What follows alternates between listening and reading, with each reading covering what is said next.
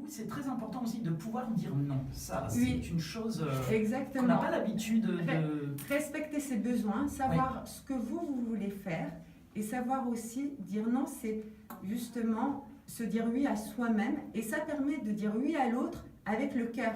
Parce que si vous dites toujours oui, en fin de compte, vous dites oui à contre-cœur parce que de temps en temps, vous avez envie de dire non et vous vous épuisez au travail.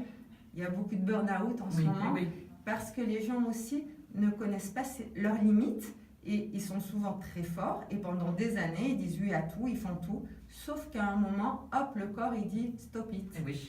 Et c'est pour ça que c'est important de connaître nous-mêmes nos limites, de les savoir parce que les autres ne peuvent pas les deviner et de le dire en restant diplomate évidemment, sans attaquer la personne. Mais on n'est pas dans l'agressivité. Pas dans l'agressivité. On pose les choses de façon... Mais se poser les bonnes questions. Quand quelqu'un vous demande quelque chose, mais si un jour vous savez que vous n'avez vraiment ni le temps, ni les moyens, ni l'énergie, ni l'envie, ou au moins de ces quatre, vous n'en avez pas envie, mais à un moment, lui trouver une autre solution, peut-être, trouver un consensus où la personne est contente et vous êtes contente aussi.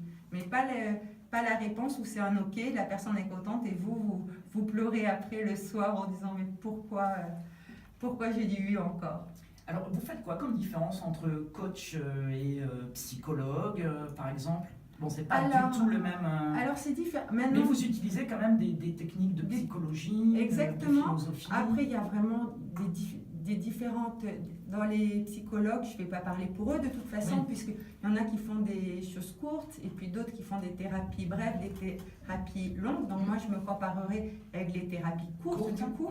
Mais ceux qui font des thérapies longues, ils vont creuser, je pense, vraiment dans le passé, pourquoi la personne va mal. Et on va creuser.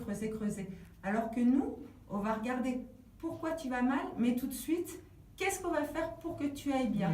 Et c'est pour ça, ça peut être de toute façon un accompagnement parallèle. J'ai des personnes qui voient un thérapeute et qui me voient en même temps. C'est un travail différent.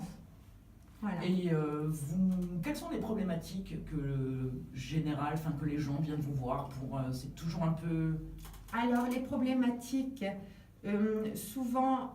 Il y a toujours le lâcher-prise. Généralement, les gens ont envie, justement, là, c'est vraiment le bonheur, de réapprécier le moment présent, la confiance en soi à construire, de temps en temps même l'amour de soi, arriver à s'aimer, pouvoir aimer les autres. Pour aimer les autres, justement, s'aimer inconditionnellement et être plus indulgent avec soi-même, être comme son meilleur ami, parce que souvent on s'en veut.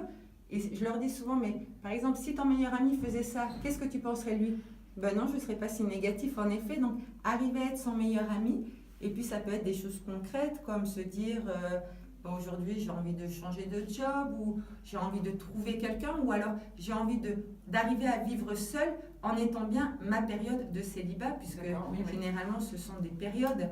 Il y a des personnes qui ne se supportent pas seules. Donc, même si elles viennent en se disant j'ai envie de trouver quelqu'un, mais au moins, en tout cas, le temps où je suis seule aussi, arriver à apprécier...